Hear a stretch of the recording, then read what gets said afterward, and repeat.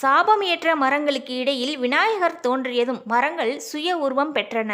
தந்தைகள் இருவரும் பிள்ளைகளை பார்த்து மகிழ்ச்சி அடைந்தனர். பெற்றோர்கள் செய்த புண்ணியத்தால் சிறிது நேரம் மனித உருவம் பெற்றீர்கள், மீண்டும் மரங்களாக மாறி விடுவீர்கள் என்றார் விநாயகர்.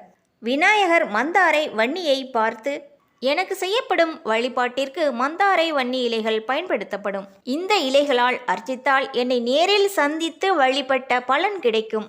அருகம்புல் இல்லாத குறையை மந்தாரை மலர் நீக்கும். அருகம்புல்லும் மந்தாரை மலரும் இல்லாத குறையை வன்னி இலை தீர்க்கும். உலகிலுள்ள எல்லா இலைகளையும் விட வன்னி இலை தனிச்சிறப்புடையதாகும். வன்னி இலைகளை சிவபெருமான் தனது ஜடாமுடியில் சூடி பெருமை சேர்ப்பார் என்றார் விநாயகர். வாழ்த்திவிட்டு விநாயகர் மறைகிறார். முனிவர்கள் இருவரும் பிள்ளைகளின் பெருமைகளை நினைத்து மகிழ்ச்சி அடைகின்றனர். பிள்ளைகள் மீண்டும் மரங்களாக மாறினர். வன்னி இலைகள் தங்கத்திற்கு ஈடானதாகும்.